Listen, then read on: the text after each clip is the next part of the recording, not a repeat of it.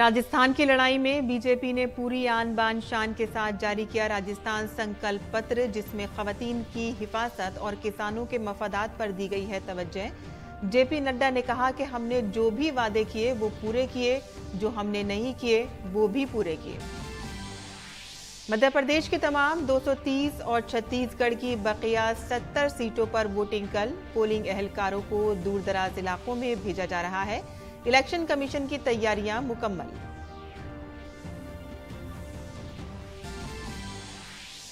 Audit में भी नजर आती है हिंदुस्तान की नुमाया पोजीशन। हिंदुस्तान का सीएजी ऑडिट के मैदान में कई ममालिक को दे रहा है तरबियत।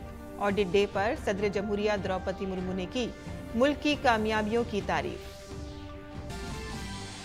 मरकजी वजीर ममलिकत बराए रोड ट्रांसपोर्ट और highways general VK Singh Uttarkashi सुरंग हादसे में बचाव ऑपरेशन का मुआयना करने पहुंचे। कहा कि मजदूरों को बचाने के लिए की जा रही हैं तमाम कोशिशें। बचाव काम जंगी बुनियादों पर है जारी। आज है नेशनल प्रेस डे। हर साल 16 नवंबर को आज़ाद सहाफत की अहमियत को उजागर करने के लिए मनाया जाता है ये दिन। इस साल नेशनल प्रेस डे की थीम है मसनूई जहानत के दौर में मीडिया। नायब सदर जमहूरिया जगदीप धनखड़ ने नई दिल्ली में मरकजी तकरीब में बतौर मेहमान खुसूसी की शिरकत। आईडीएफ के लड़ाका तैयारों ने हमास के सरबराह इस्माइल हनिया की रिहाइशगाह पर किया हमला।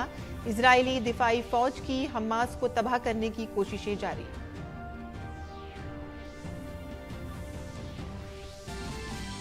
और क्रिकेट वर्ल्ड कप के दूसरे सेमीफाइनल में टॉस जीतकर जनूबी अफ्रीका ने ऑस्ट्रेलिया के खिलाफ किया बैटिंग का फैसला। जनूबी अफ्रीका को इब्तिदा में ही लगा धचका। आज जीतने वाली टीम 19 नवंबर को फाइनल में भारत से करेगी मुकाबला। आदाब नाज़रीन, खबरनामे में आपका इस्तकबाल है। मैं हूं साइमा खान। अब खबरें तफसील से। भारतीय जनता पार्टी ने आज जयपुर में अपना मंशूर जारी किया। जेपी नड्डा ने जयपुर में एक प्रोग्राम में राजस्थान संकल्प पत्र जारी किया। इस मौके पर राजस्थान की साबिक वजीर आला वसुंधरा राजे सिंधिया, मरकजी वजीर गजेंद्र सिंह शेखावत और कई सीनियर रहनुमा मौजूद थे। राजस्थान संकल्प पत्र जारी करने के मौके पर बीजेपी के सदर जेपी नड्डा ने कहा कि हमारी तारीख रही है कि हमने जो कहा वो किया और जो भी किया जो नहीं कहा। उन्होंने कहा कि हमने मरकजी हुकूमत की मदद से राजस्थान को हर मुमकिन मदद फराहम करने की कोशिश की। भारतीय जनता पार्टी ने कोशिश की राष्ट्रीय भारत की सरकार के द्वारा कि राजस्थान को जितना संभव हो सके उतना हम उसको मुख्य धारा में शामिल करें। बीजेपी सदर ने राजस्थान में खवातीन की सिक्योरिटी की सूरत हाल पर तशवीश का इजहार किया। उन्होंने कहा कि अगर रियासत में बीजेपी की हुकूमत बनती है तो हर जिले में खवातीन पुलिस स्टेशन खोले जाएंगे। महिलाओं के लिए जो मूल बात है वो सुरक्षा की दृष्टि से हर एक जिला में महिला थाना खोला जाएगा। उसी तरीके से हर थाने में महिला डेस्क खोला जाएगा और हर सिटी में एंटी रोमियो स्क्वाड बनाया जाएगा। और उसी तरीके से महिलाओं के सशक्तिकरण के लिए उनको मुख्य धारा में लाने के लिए लाडो प्रोत्साहन योजना को प्रारंभ करेंगे, जिसमें हमारी सरकार 2 लाख सेविंग्स बॉन्ड हर गर्ल चाइल्ड जो पैदा होगी उसके लिए 2 लाख रुपए का सेविंग्स बॉन्ड दिया जाएगा और उसको सुरक्षित करते हुए उसका जीवन आगे बढ़े, इस बात का प्रयास होगा। बीजेपी के जयपुर में राजस्थान संकल्प पत्र जारी करने के बाद मरकजी वजीर गजेंद्र सिंह शेखावत ने कहा कि ये मंशूर आने वाले 5 सालों में हुकूमत के विजन दस्तावेज के तौर पर काम करेगा। हमने ये मंशूर राजस्थान के लाखों लोगों से मुशावरत के बाद उनके जज्बात के मुताबिक तैयार किया है। इस घोषणा पत्र को हमने राजस्थान के लाखों लाख लोगों से कंसल्ट करके उनकी भावनाओं के अनुरूप इस घोषणा पत्र को तैयार किया। सर्वस्पर्शी सर्व कल्याणकारी योजनाओं के माध्यम से हम राजस्थान को माननीय प्रधानमंत्री जी के विजन के अनुरूप जो देश विकसित देश होने की तरफ आगे बढ़ रहा है, राजस्थान की संपूर्ण क्षमताओं को आगे बढ़ा करके उनको उद्घाटित करके उनको उद्विकास करके उनको इवॉल्व करके उन क्षमताओं के आधार पर राजस्थान भारत की विकसित होने की यात्रा में देश का ग्रोथ इंजन बने।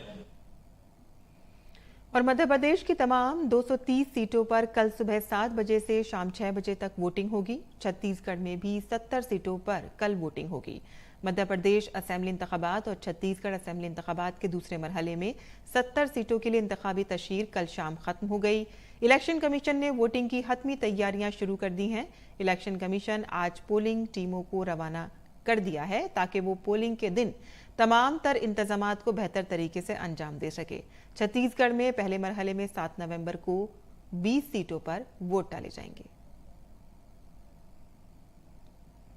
दूसरे मरहले की वोटिंग से कबल छत्तीसगढ़ के दुर्ग जिले में क्या है आम लोगों का सियासी मिजाज, ये जानने के लिए वहां की मशहूर मिठाई की दुकानों में आवाम से बात की हमारे नुमाइंदे धीरज कुमार ने।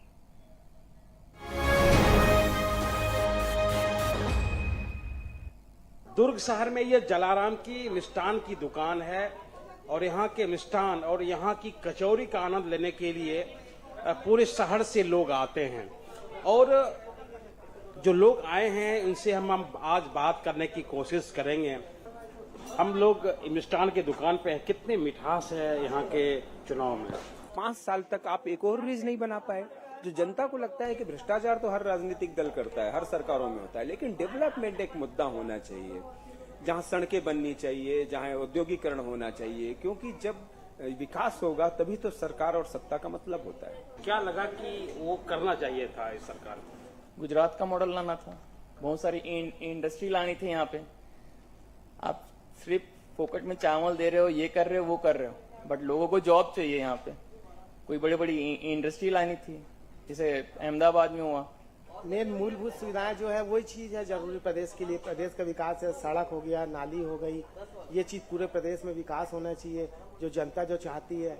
मैं चाहती हूँ कि छत्तीसगढ़ में इंग्लिश मीडियम स्कूल का और ज़्यादा अपडेट हो और गर्ल्स को सिक्योरिटी मिले। जो अभी बहुत ज़्यादा गर्ल्स के साथ ऐसे रेप हो रहा है, बहुत ज़्यादा ऐसे सारी चीज़ें हो रही है, मैं चाहती हूँ कि वो कम हो। काम भी हुआ है पर छूट भी गया, ऐसा नहीं बोल सकते कि बहुत सा काम हो गया।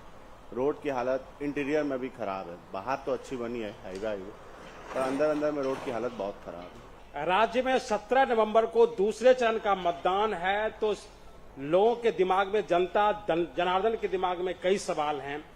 कई ऐसे भी सवाल हैं जो बीते 5 सालों में छूट गए और कई ऐसे भी सवाल हैं जो अगले 5 सालों के लिए जिन्हें जिंदा रखा जा रहा है, जिसके बारे में राजनीतिक दल घोषणाएं कर रहे हैं। अब ये जनता को तय करना है कि वे किस दल के प्रत्याशी को अपना उम्मीदवार चुनती है या किसके सर पे राज तिलक सजता है। कैमरामैन उत्तम सिंह के साथ धीरज कुमार, डीडी न्यूज, दुर्ग। और तेलंगाना में असेंबली इंतखाबात के लिए तशहीरी मुहिम उरूज पर है। तमाम सियासी जमातों के रहनुमा अपने अपने उम्मीदवारों की हिमायत में जोरों शोर से इंतखाबी तशहीर कर रहे हैं। मरकजी वजीर और तेलंगाना के बीजेपी सदर जी किशन रेड्डी ने बाइक रैली निकाली। सिकंदराबाद असेंबली हल्के से ये बाइक रैली निकाली गई। बीजेपी के कारकुनों ने बड़ी तादाद में इस बाइक रैली में हिस्सा लिया।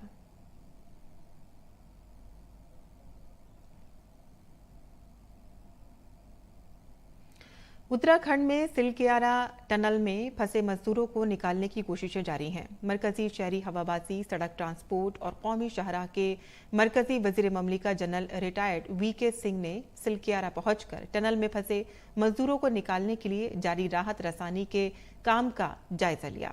जनरल वीके सिंह ने अफसरों के साथ मीटिंग करके बचाव मुहिम का जायजा लिया। हमारी प्राथमिकता है कि हमारे लोग सुरक्षित रहें।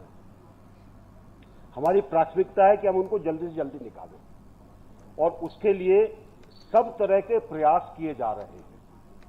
इसके अंदर हमारे माननीय प्रधानमंत्री जी से लेकर, हमारे सड़क परिवहन मंत्री जी से लेकर, हमारे मुख्यमंत्री जी से लेकर जितनी भी एजेंसीज हैं, सबके सब इस कार्य के अंदर लगे हुए हैं और सबका हमको बहुत अच्छा सहयोग और समर्थन मिला। उत्तराखंड के वजीर आला पुष्कर सिंह धामी ने रियासती सेक्रेटेरिएट में सीनियर अफसरों के साथ उत्तरकाशी सुरंग हादसे के बाद सुरंग में फंसे 40 मजदूरों को निकालने के लिए जारी राहत बचाव के कामों की जायजा मीटिंग की। सदर जमहूरिया द्रौपदी मुर्मू ने कहा कि ऑडिटर को नाफिज नहीं बल्कि नाकिद नहीं बल्कि गुड गवर्नेंस का मुआविन समझा जाना चाहिए। तीसरे ऑडिट डे के मौके पर दिल्ली में एक प्रोग्राम का इफ्तिताह करते हुए सदर जमहूरिया ने कहा कि ऑडिट के मैदान में भी दुनिया में हिंदुस्तान की नुमाया पोजीशन नजर आती है। G20 की हिंदुस्तान की सदारत के दौरान CAG ने सुप्रीम ऑडिट इदारों की सरबराही की और ये कि हिंदुस्तान कई ममालिक को ऑडिट के मैदान में तरबियत भी फराहम कर रहा है। हम आज़ाद हिंदुस्तान की तरक्की के सफर से गुजर रहे हैं। इस दौर में हमें इस्तेमारी सोच से हटकर मसावात और जमहूरी सोच के साथ आगे बढ़ना है। जो रिवायात इन इक़दार के मुताबिक नहीं है उनको तर्क करने या उनकी इस्लाह करने की जरूरत है। आज विश्व समुदाय में भारत की अग्रणी स्थिति ऑडिट के क्षेत्रों में भी दिखाई देती है। भारत द्वारा G20 की अध्यक्षता की सर्वत्र सराहना की जाती है। विश्व की कुल GDP में G20 देशों का लगभग 85% हिस्सा है। इसलिए G20 देशों में फाइनेंशियल प्रोप्राइटी तथा सुशासन को और सुदृढ़ बनाने को विश्वव्यापी लाभ होगा। भारत द्वारा G20 की अध्यक्षता के दौरान भारत के C&AG श्री गिरीश चंद्र मुर्मू जी ने G20 देशों के सुप्रीम ऑडिट इंस्टीट्यूशंस की अध्यक्षता की। भारत द्वारा SAI-20 की अध्यक्षता के दौरान ब्लू इकोनॉमी और रेस्पॉन्सिबल आर्टिफिशियल इंटेलिजेंस के मुद्दों पर जोर दिया जाना, भविष्य के बारे में रोड मैप तैयार करना अच्छी प्रयास है। और वज़ीर दिफा राजनाथ सिंह ने इंडोनेशिया के जकार्ता में 10वीं आसियान वुज़राए दिफा की मीटिंग प्लस में शिरकत की। अपने खिताब में उन्होंने आसियान की मरकजियत के इयादा किया और बातचीत और इत्तेफाक राय को फ़रोग़ देने में इसके किरदार की सताइश की। उन्होंने समुद्र के कानून पर बैनुल-अक़वामी कन्वेंशन 1982 समेत बैनुल-अक़वामी क़वानीन के मुताबिक बैनुल-अक़वामी पानियों में नेविगेशन, ओवर फ्लाइट और बिला रोक टोक कानूनी तिजारत की आज़ादी के लिए भारत की वाबस्तगी का इयादा किया। राजनाथ सिंह ने भारत आसियान सरगर्मियों में आसियान के रुकन ममालिक की पुरजोश शिरकत की तारीफ की। खास तौर पर अक़वाम मुत्तहिदा के अमन मिशन में ख़वातीन के लिए पहल और समुद्र में प्लास्टिक आलूदगी से निमटने के पहल की तारीफ की। उन्होंने इस साल मई में मुनक़िद पहली आसियान इंडिया बहरी मशक़ों के साथ साथ इंसानी इमदाद और कुदरती आफात से मुतालिक इमदादी सरगर्मियों के खुसूसी वर्किंग ग्रुप में आसियान के रुकन ममालिक की फ़ाल शिरकत की भी तारीफ की, जिसमें भारत और इंडोनेशिया शामिल हैं। दिल्ली के लेफ्टिनेंट गवर्नर विनय कुमार सक्सेना ने दारुल हुकूमत दिल्ली में बढ़ती हुई आलूदगी पर तशवीश का इजहार किया है। लेफ्टिनेंट गवर्नर ने सोशल मीडिया प्लेटफॉर्म एक्स पर कहा कि हम उनसे अपील करने के अलावा और कुछ नहीं कर सकते कि वो दूसरी रियासतों से आने वाले पराली के धुएं को रोकें, खासकर पंजाब से। AQI अब भी 400 के करीब है, जिससे दारुल हुकूमत में लोगों का दम घुट रहा है। उन्होंने कहा कि पटाखों से आलूदगी का खतरा जरूर बढ़ता है, लेकिन इस आलूदगी से सबसे ज्यादा मुतासिर वो लोग होते हैं जो अपनी रोजी और कमाने के लिए सड़कों पर सफर करते हैं, और इसका सबसे ज्यादा असर कच्ची आबादियों में रहने वाले गरीब और लाचार लोगों पर पड़ता है, क्योंकि वो घर बैठे एयर प्यूरिफायर खरीदने के काबिल नहीं होते हैं। दिल्ली को कार्रवाई किए जाने की जरूरत है। हम एक मुकर्ररा मुद्दत के अंदर पायदार हदफ हासिल कर सकते हैं। और आज कौमी प्रेस डे है। ये दिन हर साल 16 नवंबर को आज़ाद सहाफत की अहमियत को उजागर करने के लिए मनाया जाता है। इस दिन प्रेस काउंसिल ऑफ इंडिया ने सहाफत के मयारात की निगरानी का काम संभाला था। 1997 से काउंसिल मुख्तलिफ सेमिनार के जरिए कौमी प्रेस डे मनाती है। इस साल नेशनल प्रेस डे का थीम मसनूई जहानत के दौर में मीडिया है। कौमी यौम सहाफत के मौके पर मरकजी प्रोग्राम नई दिल्ली में मुनक़िद किया गया, जिसमें इत्तलात और नशरियात के वजीर अनुराग सिंह ठाकुर और इत्तलात और नशरियात के वजीर ममलिकत डॉक्टर एल मुरुगन ने शिरकत की। प्रोग्राम में नायब सदर जमहूरिया जगदीप धनखड़ मेहमान खुसूसी की हैसियत से शामिल हुए। और प्रेस के कौमी दिन के मौके पर नायब सदर जमहूरिया जगदीप धनखड़ ने एक प्रोग्राम से खिताब किया। अपने खिताब में उन्होंने कहा कि मसनूई ज़हानत अब हमारी जिंदगी का अहम हिस्सा बन गया है।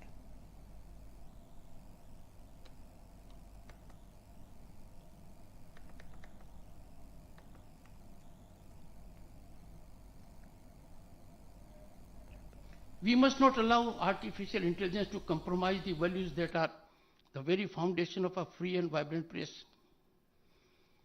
It is imperative that we maintain a free and fair media environment. The fourth estate plays a pivotal role in a democratic society by serving as the watchdog of government, holding those in power accountable, and providing citizens with the information they need to make informed decisions. और मुल्क दुश्मन सरगर्मियों में मुलविस website news click के बानी प्रबीर पुरकयास्त के खिलाफ कार्रवाई जारी है। दरियासना इन्फोर्समेंट डायरेक्टोरेट ने अमेरिकी करोड़पति नेवल रॉय सिंघम को इस मामले में पूछताछ के लिए समन जारी किया है। ईडी जराये से मिली मालूमात के मुताबिक फंडिंग केस में पूछताछ के लिए न्यूज़ क्लिक को समन जारी किया गया है। दी न्यूयॉर्क टाइम्स की एक तहकीकाती रिपोर्ट के मुताबिक इसने न्यूज़ क्लिक को लाखों डॉलर की माली इनायत फराहम की है। नेवल रॉय सिंघम एक अमेरिकी ताजिर और सामाजिक कारकुन हैं। वो थॉट वर्क्स के बानी हैं और साबिक सदर भी हैं। ये कंपनी कस्टम सॉफ्टवेयर टूल्स और मुशावरती खदमात फराहम करती है। सिंघम पर मुख्तलिफ इदारों को फंड देने का इल्जाम है।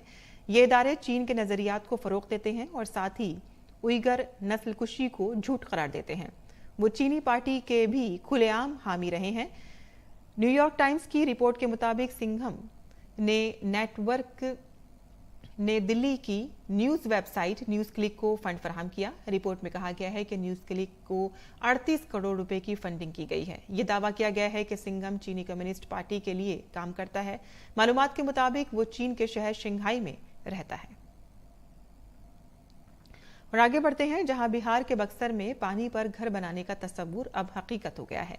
यह अनोखा तजुर्बा बक्सर जिले के सदर ब्लॉक के तहत किरतपुरा गांव के करीब दरियाए गंगा में किया गया है। ये काम आरा के एक नौजवान प्रशांत कुमार ने अपने दोस्तों की मदद से किया है। इस तैरते घर का इफ्तिताह भी हो चुका है। आइए दिखाते हैं आपको ये दिलचस्प रिपोर्ट।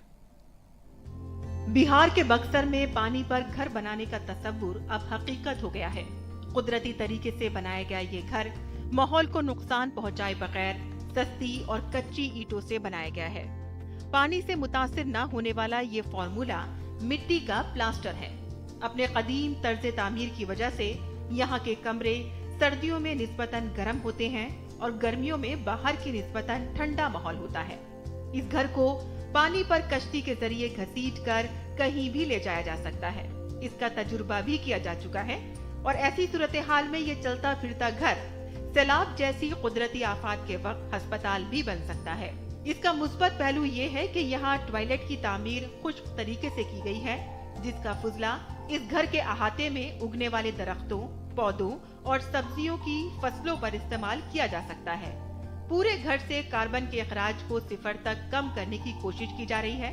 ये घर खुद को शमसी तवानाई, खुराक और साफ पानी मुहैया कर सकता है। ये हम लोग अपने सफलता के पहले पीढ़ी पे हैं, पहले पायदान पे हैं। घर बन के तैयार है। अब इसमें प्रयोग बाकी है। प्रयोग किस चीज़ का? तो अब हम ऊर्जा कैसे उगाएंगे पानी के बीच, हम यहाँ पे खाना कैसे उगाएंगे, हम टॉयलेट कैसे बनाएंगे, हम कैसे इसमें यहाँ का पानी को पी पाएंगे। तो अब ये पूरा प्रयोग का विषय है। और अभी तक जो तकनीक, जो वैदिक तकनीक से हम लोग काम करते हुए जिस चीज़ों को अभी बनाए हैं, उसका भी जो यहाँ का वातावरण है, जो वेदर है, उस कंडीशन में उस पर क्या इफेक्ट करता है, उसका भी एक प्रयोग बाकी है। तो अब हम लोग प्रयोग के लिए तैयार हैं और हम लोग अपने नेक्स्ट सीढ़ी पे कदम रख रहे हैं। इस तैरते घर को किरतपुरा के लाडोपुर घाट से कमहरिया ले जाया गया। वहां से इसे कश्ती के जरिए खींचकर शहर के नाथ बाबा गंगा घाट लाया गया, जहां जिला इंतजामिया के अफसरान की मौजूदगी में इसका बाकायदा इफ्तिताह किया गया। प्रशांत जी और उनकी पूरी टीम बधाई और धन्यवाद के पात्र हैं कि बक्सर जिले से इस तरह का एक अनूठा और नवाचार प्रयोग इन्होंने शुरुआत करी, उसके लिए बक्सर जिले को चुना।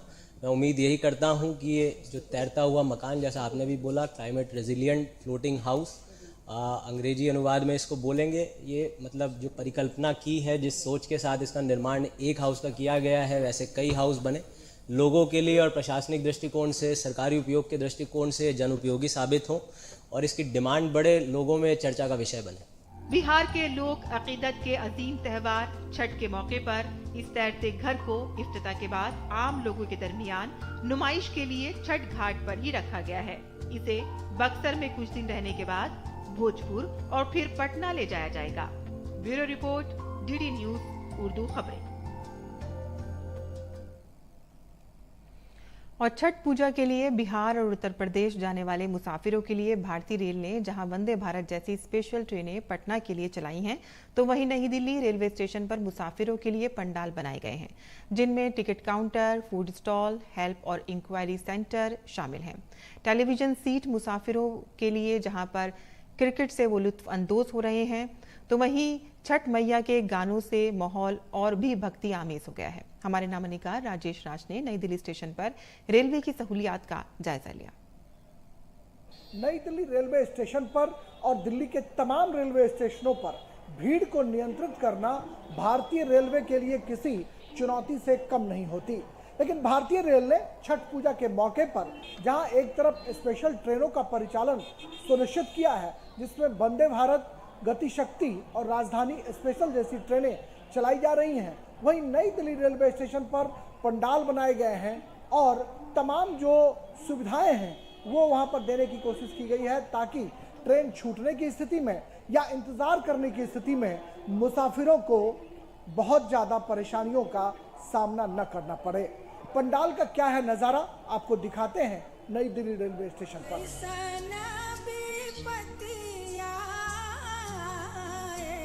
पहले जो प्लेटफॉर्म में काफ़ी ज़्यादा भीड़ भाड़ होती थी, अभी जो वेटिंग वाले एरिया है उसको बड़ा करके बाहर करके, तो ये जो मतलब जो थोड़ा जो गैदरिंग होता था वो भी बहुत कम हो गया। अभी व्यवस्था देख रहे हैं ये मोदी की सरकार में बहुत चीज़ें चेंज हुआ है, तो ये पहले से बहुत बेटर है। और नॉर्दर्न रेलवे के जीएम नई दिल्ली रेलवे स्टेशन का मुआयना करने के लिए पहुंचे और उन्होंने मुसाफिरों से टिकट काउंटर से ही टिकट खरीदने की अपील की है। दलालों से टिकट न ले। अभी टिकट के बहुत आप देख रहे हैं, बहुत सारे एडिशनल खिड़की काउंटर्स भी हमने खोले हैं। यूटीएस ऐप में भी आप बुक कर सकते हैं, तो बहुत तरीके दलाल से टिकट न ले। नई दिल्ली रेलवे स्टेशन पर मुसाफिरों को छठ पूजा के मौके पर अपने गंतव्य तक पहुंचने के लिए भारतीय रेल ने एक से बढ़कर एक व्यवस्थाएं की हैं। एक तरफ जहां टेलीविजन के स्क्रीन लगाए गए हैं, जिस पर लोग छठी मैया के गीतों का आनंद उठा रहे हैं।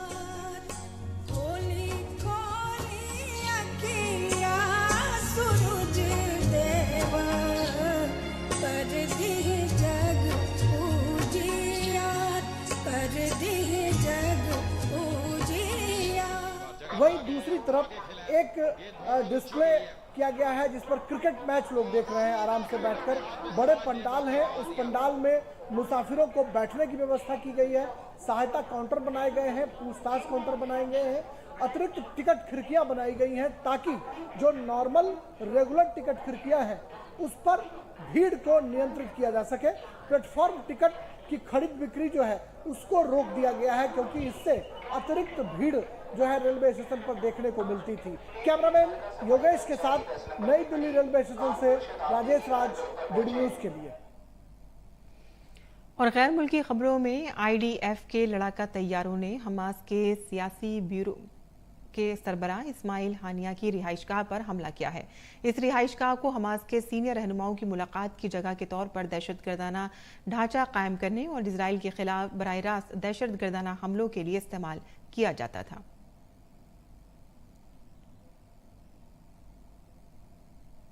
इजराइल और हमास के दरमियान जारी जंग के दरमियान अक़वाम मुत्तहिदा की सलामती कौंसिल ने गजा में इंसानी इमदाद के लिए जंग को रोकने का मुतालबा करने वाली एक करारदाद को मंजूरी दी है। बुध को खुसूसी इजलास के दौरान पेश की गई करारदाद की 12 ममालिक ने हिमायत की, जबकि अमेरिका, रूस और ब्रितानिया ने वोटिंग में हिस्सा नहीं लिया। नई करारदाद में गजा की पट्टी में इंसानी इमदाद के लिए बैनुल अक़वामी इंसानी कानून की पासदारी का मुतालबा किया गया है और इसके अलावा बच्चों के लिए खुसूसी तहफ़्फ़ुज़ का मुतालबा किया गया है। ताहम माल्टा की जानिब से पेश की गई इस करारदाद में कहीं भी इजराइल से हमले रोकने की अपील नहीं की गई है, जबकि चीन और रूस फौरी जंगबंदी चाहते हैं। और खेल की खबरों में क्रिकेट वर्ल्ड कप में दूसरा सेमीफाइनल मैच आज खेला जा रहा है। पॉइंट्स टेबल में दूसरे नंबर पर मौजूद जनूबी अफ्रीका और तीसरे नंबर पर मौजूद 5 मर्तबा की चैंपियन ऑस्ट्रेलिया कोलकाता के ईडन्स गार्डन में आमने सामने हैं। जनूबी अफ्रीका ने टॉस जीतकर पहले बल्लेबाजी करने का फैसला किया। जनूबी अफ्रीका शुरू के धचकों से अब तक निकल नहीं पाई है। जनूबी अफ्रीका ने अब तक 7 विकेट पर 190 रन बना लिए हैं। लीग की सतह पर दोनों ही टीमों की कारकर्दगी तकरीबन एक जैसी रही है, बल्कि दोनों ही टीमों के दरमियान लीग की सतह पर खेले गए मैचों में जनूबी अफ्रीका को बढ़तरी हासिल रही है। आज के मैच में ऑस्ट्रेलिया के पास छठी बार फाइनल में पहुंचने का मौका है। दूसरी तरफ अफ्रीकी टीम की नजरें पहली बार वर्ल्ड कप के फाइनल में जगह बनाने पर होंगी।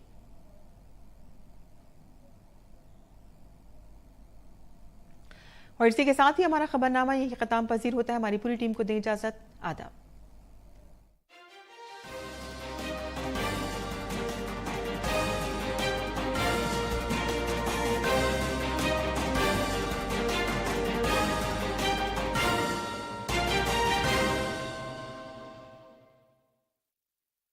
पैरों के लिए खड़े हो जाइए।